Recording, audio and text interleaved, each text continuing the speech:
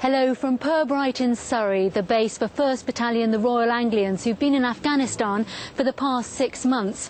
Within the past hour, they've returned here for a joyous reunion with their families. And I have to say, it's one of the most moving things I've seen for quite some time.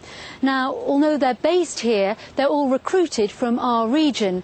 And these men, some of them barely adults, have just endured the hardest conditions of their lives. Richard Daniel reports now on the tears, the hugs and the relief of the homecoming.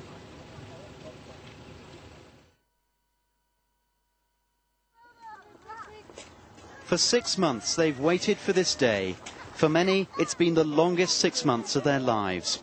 Loved ones, husbands, wives, sons and daughters, thousands of miles away, fighting in one of the most lawless places on earth. And for all that time, relatives have endured the constant worry of a knock on the door bringing bad news. The last two tours were, we worried, but this one, I must admit, we've had sleepless nights.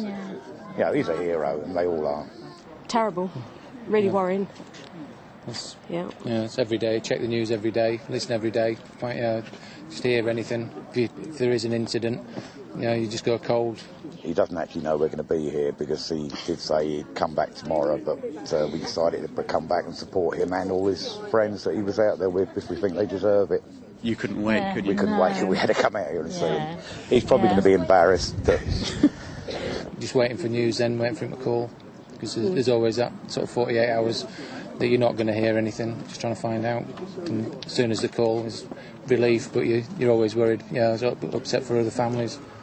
Today, though, a time of happiness and anticipation too, as families of the Vikings came from Cambridgeshire, Essex, Suffolk and Norfolk, converging on the parade ground at Elizabeth Barracks at Pirbright.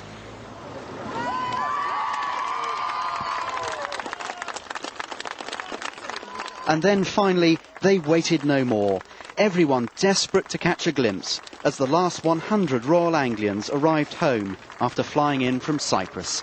Absolutely fantastic, really lovely. It's one of the best things, really. So proud of him.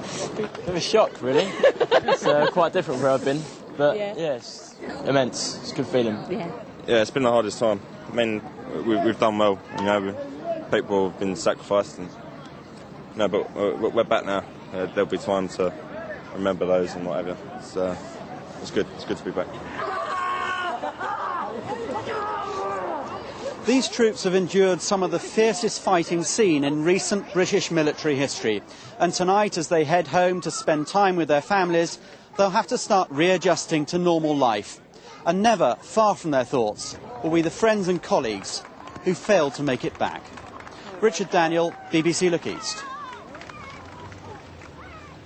Watching the reunion here a short while ago, what struck me most was how young some of the soldiers were, many in their teens or early 20s. And I've got some here with a very proud mum as well, Mary Tanner Tremaine. First of all, how are you feeling about having your son Joseph back?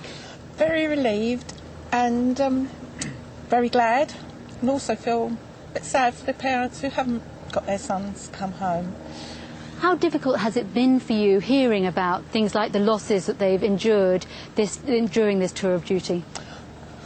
Very difficult, really. Always worried, naturally, as a parent. And though you're relieved that your son's, it's not your son, you feel sad for the person and the parents and mothers and of the people that have died or got very badly injured. You must be extremely proud of Joseph. I am. He's a great son.